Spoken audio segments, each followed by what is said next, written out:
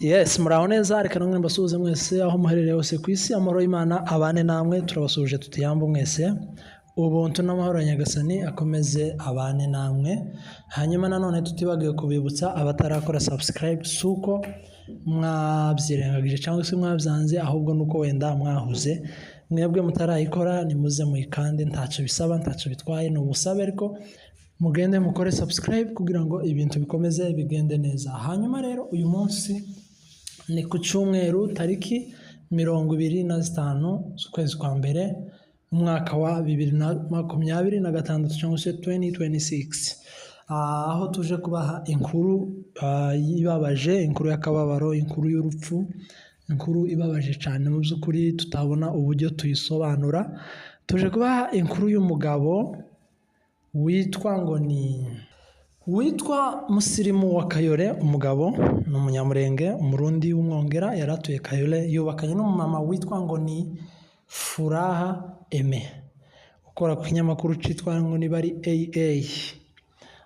Uyu mugapapa habayeho ejo bundi, reka dutangire inkuru neza uko iri. Habayeho ejo bundi, yari couple, yari umugabo n'umugore bubakanye bamaranye igihe kinini. Habaho kutumvikana mu rugo rwabo. Hamaze kubaho kutumvikana, umwe muri bari we mugore ananirwa kwihangana, aja kurega muri polisi. Nuko arangije kuja kurega muri polisi, amakuru aravuga ko ngo yareze amurega ikirego gikomeye cyane, yandikishije icyaha gikomeye cyane ku buryo cyomuta nyine muri kasho. Ngo birangize umugabo polisi ziraza ziramufata, ziramujana, ziramufunga. Nyuma y'igihe kinini afunze, amezi hafi 2, ndatekereza ko 2 yari yeneye.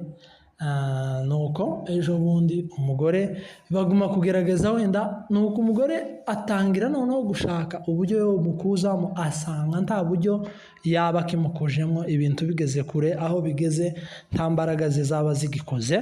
Nuko ngo birangire ejo bundi biguma kugenda bikururana, bari gutanga amafaranga. Numvise amakuru ko bigeze kubaka $5,000 by'idolari. Urumva ko ahanini n'umugabo wenda bari uri gukora. Yego tuvuge ko imiryango itayabuze, ariko imiryango nayo ntago ibyo ari byo zose ifite amafaranga yo guhita yirukiraho gutanga, kandi noneho akarusho umuntu itazi ngo ari kuzirike. Ibibazo by'abantu babiri by'urugo rwabo aho ngaho wenda bari barangayeho kuzinjiramo, ariko nyine ari nako byari bigoye kugira ngo wenda babyinjiremo. Umugore wafungishije umugabo babonaga ko wenda ari ibintu byoroshye. Nuko habayeho ejo bundi umugore aba agerageza nyine kubyirukamo gutyo, wenda uwo yirukojejeho wenda mu banyamuryango simpamya neza ko ariko bari kubamubwira, ariko mu bigaragara bari kumubwira ati wenda bari kuvuga ati tuzana amafaranga y'iki, uramufungishije none ngo tuzana amafaranga. Wenda uko niko jewe ntekereza, nari nsesenguye aho ngaho, ariko wenda ari nako biri 90%. Nuko ngo arangize umugabo ejo bundi agwarira muri prison yarafungiwemo. Arangije kugwara, urumva wenda tuzi impamvu yateye indwara, nta nubwo dushaka kuyimenya, ariko ni bimwe nyine. Murabona ko umuntu ari muri prison ababayeho nabi, abajya nabi, yambara nabi, arara nabi, ibintu zose mbese uburi imfungwa nyine iba wujuje kondisiyo zose zo kuba imfungwa. Nuko habayeho ejo bundi mubona video y'umugabo yari Kenyatta. Uriya mugabo hari yari Kenyatta yari yagiye kuvugwa, noneho chose grave yarimo kasho, kandi ari no kugira yarimo kasho ari kuvugwa. Bivuze ko byari biteganyijwe ko agomba kuvugwa, nyuma yo kuvugwa akaza nanone gusubira gufungwa. Bivuze ko byari biteganyijwe ko uyu mugabo narangiza kuvugwa amaze gufata imiti azosubira nanone agasubira muri prison, kuko mu bigaragara yajyamye ku gitanda hariho nanone kasho. None amakuru nuko yarameze, arangize aguma kugwara. Habayeho uyu munsi ku cyumweru tariki 25 z'ukwezi kwa mbere 2026 cyangwa se 2026, uyu mugabo yitaba Imana. Kuko mu byari biriho nyine yari umuntu wagwaye, wababaye cyane. Umuntu uri muri prison udafite umuntu umwitayeho kugira ngo abone ubuvuzi nyine bwihutirwa biragoye. uyu mugabo rero dutanze mpore mu by'ukuri birababaje cyane kubona umuntu ava muri ubwo buryo. Ibindi tuzi niba tubyita igare cyangwa se niba tubyita iki, tuzi niba tubyita ko ari rwo rupfu rwateganyijwe n'Imana, ariko reka tubyite gutyo kubera ko ariko byagenze. Buriya byose kimwe cyose cyabaye cyari kiri muri gahunda wenda z'Imana.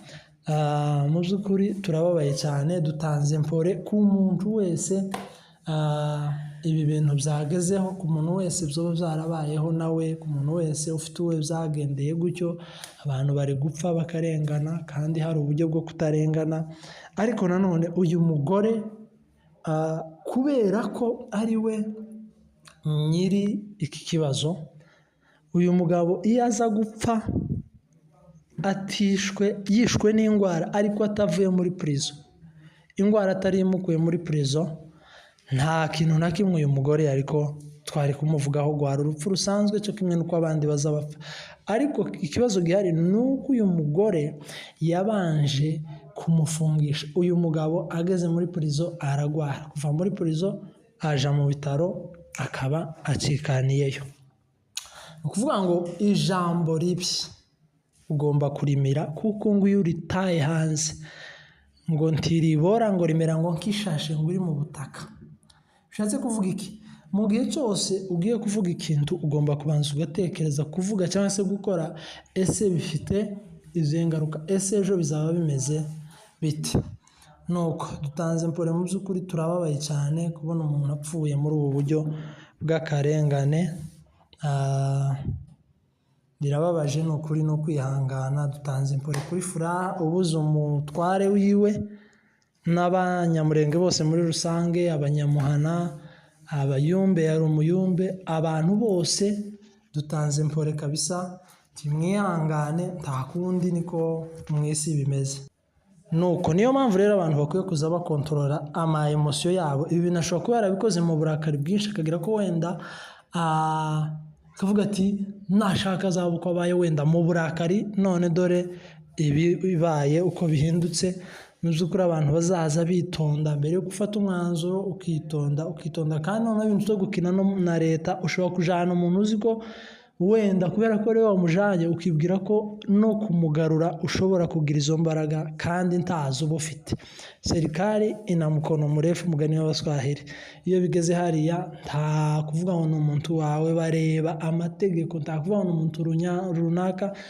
Uriya muntu aba ari munsi y'amategeko. Amategeko rero niyo aba ariko akora. Ariko nanone turaguma dutange mpore, nta kundi no kwihangana. Tubuze umuntu ukomeye mu banyamurenge, mu banyamuryango, mu banyamuhana.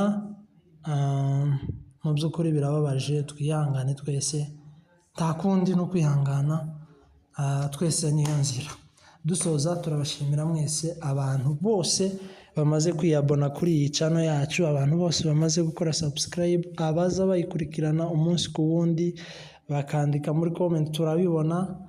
Twasubiza umuntu wese, buri wese, ariko nanone turabibona comment zanyu zifite icyo zizazimara. Murakoze cyane.